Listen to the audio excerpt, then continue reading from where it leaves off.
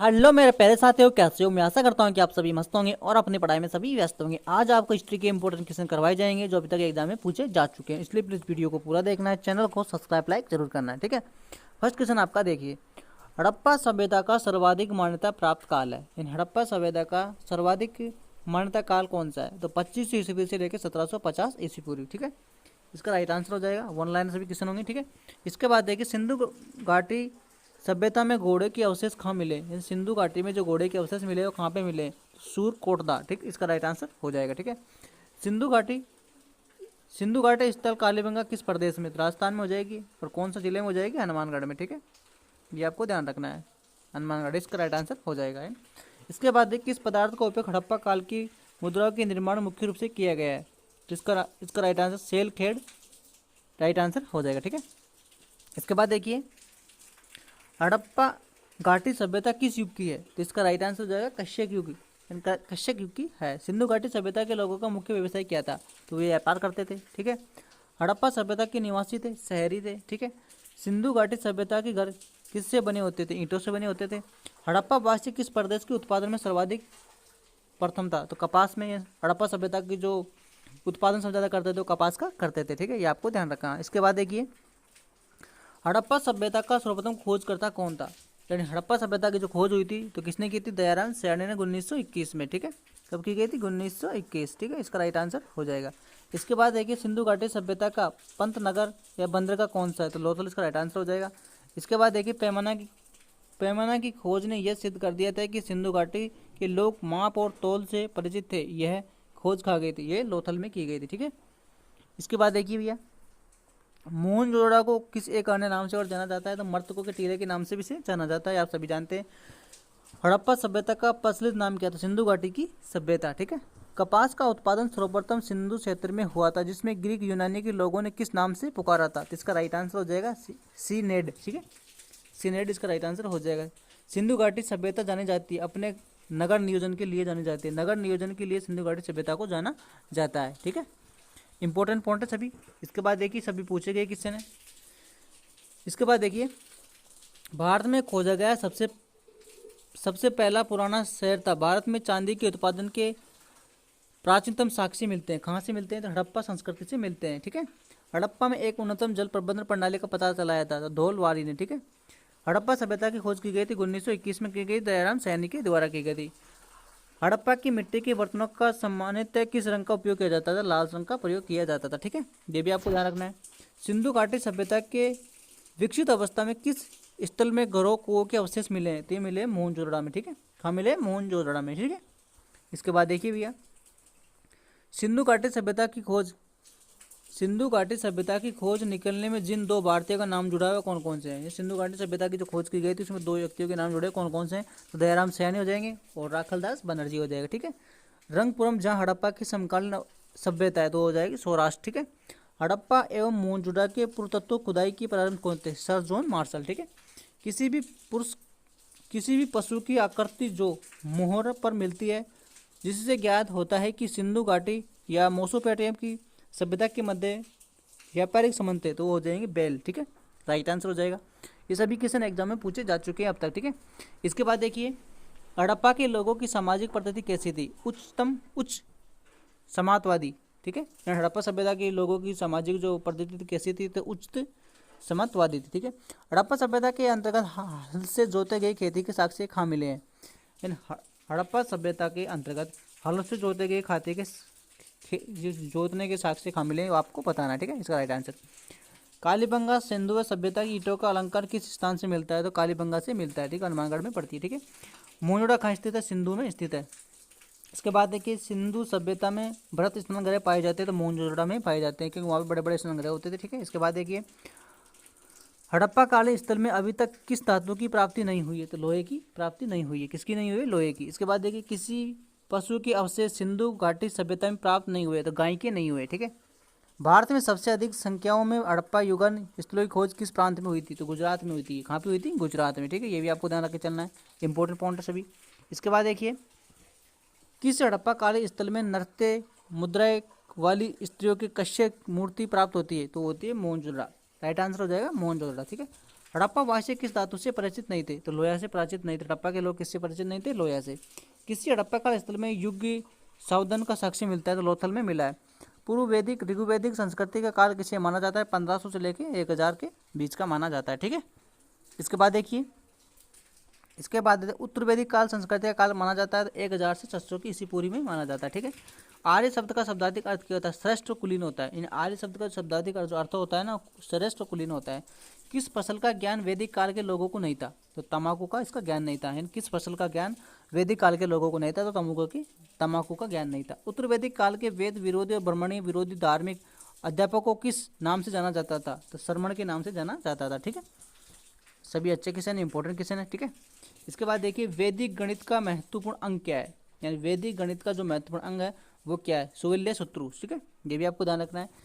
किस वेद में प्राचीनतम वैदिक युगों की संस्कृति के बारे में सूचना दी गई थी? ऋग्वेद के बारे में दी गई थी। यानी किस वेद में प्राचीन वैदिक युग की संस्कृति के बारे में सूचना दी गई थी? ऋग्वेद में दी गई थी। वेद कितने प्रकार के होते हैं आप सभी जानते हैं? 4 प्रकार के होते हैं। ठीक है, इसके बाद देखिए, भारत के राज चिन्ह में प्रयुक्त होने वाले शब्द सत्य में ज्योति किस उपनिषद से लिया गया है? तो कौन से उपनिषद से लिया गया है? आपको सबको मुंडक उपनिषद से लिया गया है। ऋग्वेद आर्य का मुख्य व्यवसाय क्या था? पशुपालन से संबंधित था। ऋग्वेद में जो आर्यों का जो मुख्य व्यवसाय था वो पशुपालन से संबंधित था। भारतीय संगीत का आदि ग्रंथ कहा जाता है? सामवेद को कहा जाता है। प्रथम विधि निर्माता कौन थे? मनु कृष्णा। ठीक है, भक्ति का प्रथम और प्रधान ग्रंथ क्या है? श्री महाभगवत। ठीक है, इसके बाद देखिए, ऋग्वेद में संपत्ति का प्रमुख रूप क्या है? संपत्ति का प्रमुख रूप क्या है ये आपको बताना है। तो गोधन ऋग्वेद। ठीक है, किस मंडल में शूद्रों का उल्लेखन पहली बार किया था? 10वें पुराणों की संख्याओं में 18। ठीक है, वैदिक धर्म का मुख्य लक्षण किसके उपासना से था? इन उपासना से था, तो प्रकृति इसका राइट आंसर हो जाएगा। किस देवता के लिए ऋग्वेद में पुरुदार शब्द का प्रयोग किया गया था? इंद्र। इंद्र का क्या? इंद्र में किया गया था। सुल्लू सुत्रु, इन तीनों में किया गया था। ठीक है, किस विषय से संबंधित पुस्तक है? इन किस विषय में संबंधित पुस्तक है? तो ज्योतिष इसका राइट आंसर हो जाएगा। ठीक है, सभी अच्छे पॉइंट हैं, इनको आपको ध्यान से देखना है एक बार। ठीक है, अस्तोमा सदगामिया कहाँ से लिया गया था? ऋग्वेद से लिया गया था। ठीक है, आर्य भारत में बाहर से आए और सर्वप्रथम बसे थे, पंजाब में बसे थे। यानी आर्य जो आए थे बाहर से आए थे और सर्वप्रथम पंजाब में बसे थे। ऋग्वेदों का ऐसा कौन सा मंडल है जो पूर्णतः सोम को प्रणीत है? तो 9वां मंडल हो जाएगा। ठीक है, प्रसिद्ध 10 राजाओं का युद्ध दशरथ युद्ध किस नदी के तट पर लड़ा गया था? तो ये लड़ा गया था परुनिस। ठीक है, धर्म शास्त्रों में भू स्वराज्य की दर कितनी होती है? तो 1/6 होती है। ठीक है, ये भी आपको ध्यान रख के चलना है। इंपॉर्टेंट पॉइंट है सभी, इसलिए ध्यान रख के चलना है। 18 ईस्वी पूर्वी से 600 ईस्वी पूर्वी काल किस युग से जुड़ा हुआ है? तो ये ब्रह्मणीय युग से जुड़ा हुआ है। 18 से लेके 600 तक जो 800 से लेके 600 तक का जो पूर्व काल है ये ब्रह्मणीय युग से जुड़ा हुआ है। अप्रारंभिक वैदिक साहित्य में सर्वाधिक पूर्ण नदी है? सिंधु नदी हो जाएगी, जो पाकिस्तान में आप सभी जानते हैं। ठीक है, इसके बाद देखिए, उपनिषद काल के राजा अश्वपिता खां के शासक थे? तो ये हो जाएंगे केकई है। ठीक है, अध्यात्म ज्ञान के विषय में केतन में का संबंध किस उपनिषद प्राप्त होता है? तो कौठो उपनिषद से हो जाएगा। ठीक है, इसके बाद देखिए, वैदिक नदी कुंभ काबुल का स्थान निर्धारित होना चाहिए? अफगानिस्तान में होना चाहिए। ठीक है, ये पॉइंट भी अच्छा है, इसे आपको ध्यान रखना है। इसके बाद देखिए, कपिल मनु के द्वारा प्रतिपादन दार्शनिक प्रणाली संख्यात्मक दर्शन हो जाएगा। इसका राइट आंसर क्या हो जाएगा? संख्यात्मक दर्शन। ठीक है, इसके बाद देखिए, भारत के किस स्तर की खुदाई से लोहे धातु की प्राचीनता की प्राचीनतम प्रणाली मिली है? तो कहाँ से मिली है ये आपको देखते हैं। ठीक है, इसके बाद देखिए, किस काल में अशुद्धता की अवधारणा स्पष्ट रूप से उदित हुई थी? तो धर्मशास्त्रों के काल में हुई थी। ठीक, ये भी आपको ध्यान रखना, अच्छा पॉइंट है ये भी। इसके बाद देखिए, गायत्री मंत्र देवी सावित्री के संबंधित है? किस पुस्तक से है? तो ऋग्वेद से संबंधित हो जाएगा। राइट आंसर इसका ऋग्वेद। न्याय दर्शन से प्राचित किया गया था? गौतम। प्राचीन काल में निश्च से जाना जाता था? स्वर्ण आभूषण। योग दर्शन के प्रतिपादक कौन थे? पतंजलि। उपनिषद पुस्तक दर्शन पर। ठीक है, ये सभी अच्छे पॉइंट है, इनको देख के ही जाना है आपको एग्जाम से पूर्व। ठीक है, वैदिक पूर्व आर्य का धर्म प्रमुख था? तो कौन सा था? प्राकृतिक, पूजा और ज्ञा। ठीक है, चरक साहित्य नामक पुस्तक किस विषय से संबंधित है? चिकित्सा से संबंधित हो जाएगी। इन चरक साहित्य जो नामक पुस्तक है ये भी क्वेश्चन कई बार पूछा जा चुका है, चिकित्सा इसका राइट आंसर हो जाएगा। यज्ञ संबंधी विधि विधान का पता चलता है यजुर्वेद से चलता है। ठीक है, वैदिक युगन सभा क्या थी? ये परिषद की थी। ठीक है, कौन सी थी? परिषद की। ठीक है, इसके बाद देखिए, इसके बाद देखिए वैदिक युगों में प्राचीन लोकप्रिय शासन प्रणाली थी, तो गणतंत्र इसका राइट आंसर हो जाएगा। ठीक है, सबसे प्राचीन वेद कौन सा था? ऋग्वेद हो जाएगा। कौन सा भारतीय दर्शन के अप्रारंभिक विचार धारण थे? संख्यात्मक हो जाएंगी। संख्या, योग, न्याय, विशेषक, वेदांत, इन 6 विभिन्न भारतीय दर्शनों के स्पष्ट रूप से अभिव्यक्त किया गया, वैदिक युग में किया गया। इन सभी को इनको वैदिक युग में बताया गया। ठीक है, इसके बाद देखिए वह दस्तकार कौन से थे जो आर्य के द्वारा व्यवहार नहीं लगाए में नहीं लिए गए थे? तो उसका राइट आंसर होगा, राइट आंसर आप देख रहे हैं। ठीक है, इसके बाद देखिए प्राचीन व्याकरण अष्टाध्यायी के रचनाकार कौन थे? ये क्वेश्चन भी कई बार पूछा जा चुका है, तो ये भी आपको ध्यान रख के चलना है। ठीक है, कौन सी स्मृति प्राचीन? तो मनुस्मृति हो जाएगी। आदि काव्य की संख्या किसे दिया था? रामायण को। प्राचीन पुराण मत्स्य पुराण है। ऋग्वेद में सबसे पवित्र नदी किसे माना जाता है? सरस्वती को माना जाता है। किसे? सरस्वती को। वैदिक समाज की आधारभूत इकाई है काल कुट्टम। ठीक है, इसके बाद देखिए ऋग्वैदिक युग के प्राचीन संस्था कौन सी थी? वेदित वे दत्त। ठीक है, फिर देखिए गौतम बुद्ध का जन्म 1563 में हुआ था, ये भी अच्छे पॉइंट है। गौतम बुद्ध का जन्म हुआ था 1563 में। इसके बाद देखिए गौतम बुद्ध का जन्म स्थल लुम्बिनी में हुआ था, ये भी आपको ध्यान रखना है। ठीक है, वह आध्यात्मिक बौद्ध साहित्य जो बुद्ध के विभिन्न जन्मों की कथाओं के विषय में, तो वो जातक हो जाएगा। त्रिपिटक धर्म बुद्ध से संबंधित हो जाएगा। ठीक है, डी पे अच्छे पॉइंट है सभी। इसके बाद देखिए बुद्ध ने किस स्थान पर मृत्यु की प्राप्त हुई थी? तो कुशीनगर हो जाएगा। भारत में सबसे प्राचीन विहार नांदला हो जाएगा। बुद्ध की मृत्यु के बाद प्रथम बौद्ध संगति के अध्यक्ष कौन थे? तो महाकश्यप हो जाएगी। नागार्जुन कौन थे? एक वैदिक दार्शनिक थे ये भी। किस नगर में प्रथम बौद्ध संगति सभा आयोजित की गई थी? तो राजगृह में की गई थी। ठीक है, ये भी अच्छे पॉइंट है। इसके बाद देखिए अष्टगतम मार्ग का संकल्पन अंग कौन सा है? धर्मचक्र, परिवर्तन, विषय वस्तु। ठीक है, ये सभी अच्छे पॉइंट इनको आपको देख लेना। ठीक है, इसके बाद देखिए बुद्ध धर्म और जैन धर्म दोनों की ही विश्वास करते थे कि कर्म और पुनर्जन्म की सिद्धांत पर। ठीक है, यानी बुद्ध धर्म जैन धर्म दोनों की विश्वास करते थे कि कर्म तथा पुनर्जन्म के सिद्धांत सही है। ठीक है, कनिष्क के शासनकाल में चतुर्बौद्ध संगति सभा किस नगर में आयोजित की गई थी? तो कुंडलन वनन कश्मीर में की गई थी। तृतीय बौद्ध संगति पाटलिपुत्र में हो जाएगी। ठीक है, इनको भी आपको अच्छे से ध्यान रखना है। इसके बाद देखिए गौतम बुद्ध का गुरु कौन था? तो गौतम बुद्ध का गुरु कौन था? तो अलार कलाम। ठीक है, बुद्ध में वैराग्य भावना किस 4 दर्शनों के कारण बलवल थी? तो बुढ़े, रोग, लाश, संन्यास। ठीक है, बुद्ध ने सर्वाधिक उपदेश सारनाथ, बुद्ध ने सर्वाधिक जो उपदेश दिए थे श्रीवास्तव पे दिए थे, जो कुशीनगर की राजधानी है। ठीक है, इसके बाद देखिए बुद्ध शिक्षा का केंद्र विक्रमादित्य हो जाएगा। इसके भारत में सबसे बड़ा बुद्ध स्फूत कहाँ है? सांची, जो मध्य प्रदेश में पड़ता है। ठीक है, ये भी आपको ध्यान रखना है। ठीक है, मध्य प्रदेश। इसके बाद देखिए किस शासक ने बुद्धों के लिए व्याख्यात विक्रमशाली विश्वविद्यालय की स्थापना की थी? धर्मपाल ने की थी। विक्रमशाली विश्वविद्यालय की स्थापना की थी, धर्मपाल ने की थी। ये आपको ध्यान रख के चलना है, इंपॉर्टेंट पॉइंट है। ठीक है, इसके बाद देखिए किसके द्वारा तृतीय बौद्ध संगति के संरक्षण प्रदान किए गए थे? अशोक के द्वारा किए गए थे। बुद्ध ग्रंथ पिटकों की संरचना किस भाषा में की गई थी? पाली में की गई थी। कश्मीर में कनिष्क के शासनकाल में जो बुद्ध संगति आयोजित हुई थी उसकी अध्यक्षता किसने की थी? तो विश्वामित्र ने की थी। मठ मंदिर सूत किस धर्म से संबंधित है? बौद्ध धर्म से हो जाएगा ये। ठीक है, आपको बोलना है क्वेश्चन इसलिए करवाए जा रहे हैं क्योंकि आपको एक ही वीडियो में अधिक से अधिक क्वेश्चन करवाए जा सके। ठीक है, बुद्ध धर्म जैन धर्म दोनों के उपदेश किसके शासनकाल से लिए गए हैं? तो बिम्बसार से हो जाएगा इसका राइट आंसर। यानी बुद्ध धर्म और जैन धर्म दोनों के उपदेश के शासनकाल से लिए गए हैं, तो ये आपको देखना है। ठीक है, गौतम बुद्ध ने अपना प्रथम उपदेश कहाँ दिया? सारनाथ को दिया था। ठीक है, बुद्ध धर्म ग्रहण करने वाले पहले महिला कौन थी? यानी महिला का नाम बताइए। महाप्रजापति गौतम। ठीक है, बुद्ध गया स्थित है, बिहार में स्थित हो जाएगा। ठीक है, यानी महिला, इसको ध्यान रखना है आपको। यानी प्रथम बुद्ध ग्रहण करने वाली महिला कौन थी? तो महाप्रजापति गौतमी। ठीक है, इसके बाद देखिए जातक किस ग्रंथ से संबंधित? तो बुद्ध से संबंधित हो जाएगा। सिद्धार्थ ज्ञान की प्राप्ति कहाँ हुई थी? बोध गया में हुई थी। सारनाथ पर बुद्ध का प्रथम प्रवचन कहलाता धर्मचक्र परिवर्तन। ठीक है, इसके बाद देखिए बुद्ध धर्म ने समाज के किन वर्गों पर महत्वपूर्ण प्रभाव डाला था? तो ये डाला था महिला और शूद्रों पर। ठीक है, बुद्ध की गृह त्याग घोड़े से संबंधित जाएगी, प्रतीक हो जाएगा घोड़ा। गौतम बुद्ध के द्वारा भिक्षण संघ की स्थापना कहाँ की गई थी? कपिल वस्तु में की गई थी। ठीक है, सर्वप्रथम शून्यवादी शून्य का सिद्धांत प्रतिपादन करने वाले बुद्ध दार्शनिक का नाम क्या था? नागार्जुन। इसका राइट आंसर हो जाएगा। ठीक है, सभी अच्छे पॉइंट इसलिए ध्यान से देखें वीडियो को। इसके बाद देखिए किस शासनकाल में नेपाल ने, कौन से शासनकाल जिसमें नेपाल में बुद्ध धर्म का गमन हुआ था? अशोक के शासनकाल में हुआ था। किस शासनकाल में नेपाल में बुद्ध धर्म का गमन हुआ था? तो अशोक के काल में हुआ था। ठीक है। सांची क्या विख्यात थी? तो ये सबसे बड़ा बुद्ध स्तूप था। किस भाषा में ज्यादा प्रयोग बुद्धवादी के प्रचार के लिए किया? तो पाली भाषा हो जाएगा।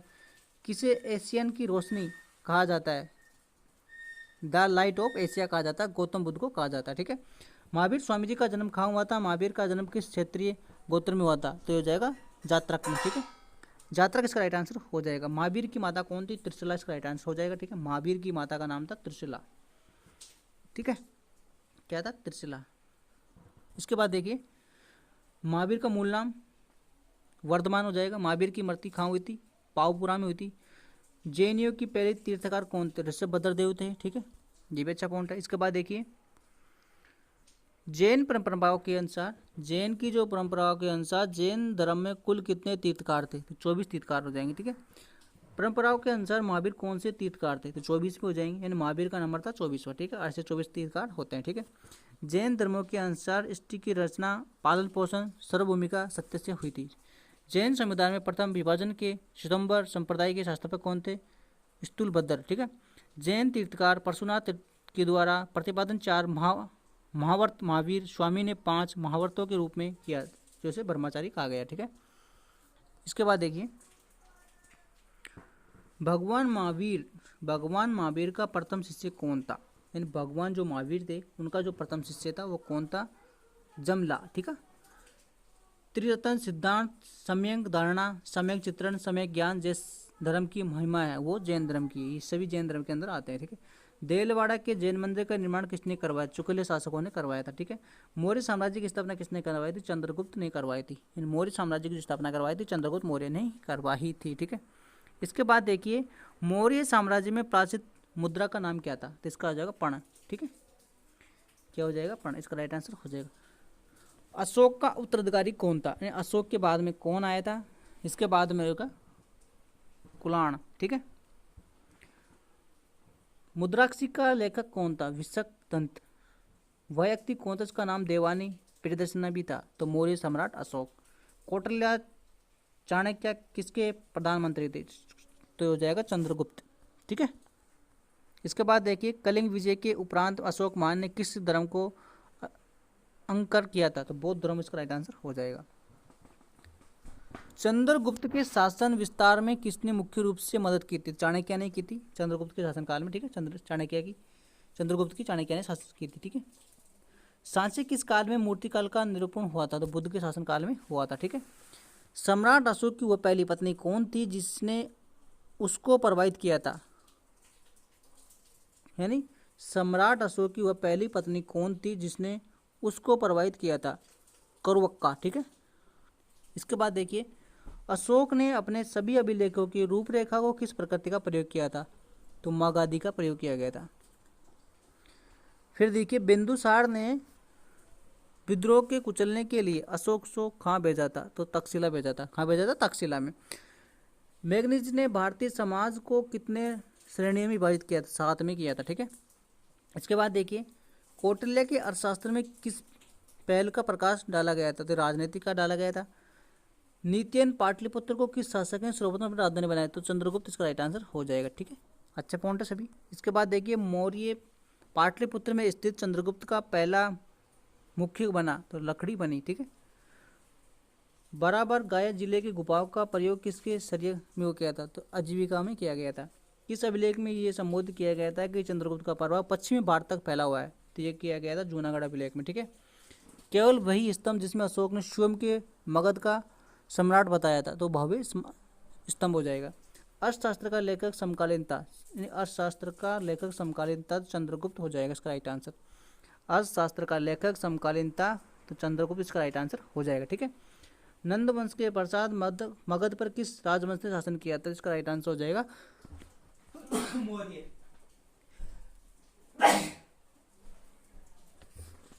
मौर्य इसका करेक्ट आंसर हो जाएगा। ठीक है।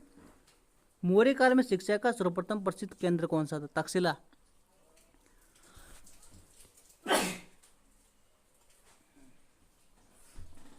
मैग्नीज की पुस्तक का नाम क्या था? इंडिका हो जाएगा। जिस ग्रंथों में चंद्रगुप्त मौर्य का विशिष्ट रूप से वर्णन हुआ है वह कौन सा हो जाएगा? विसंगत। इसके बाद देखिए, वह संस्था जिसमें पाटलिपुत्र के प्रशासन का वर्णन मिलता है तो इंडिका हो जाएगी वो। अशोक की शिलालेख का प्रत्येक प्रयुक्त पुस्तक कौन सी है? भाषा कौन सी है? तो प्रकृति हो जाएगी।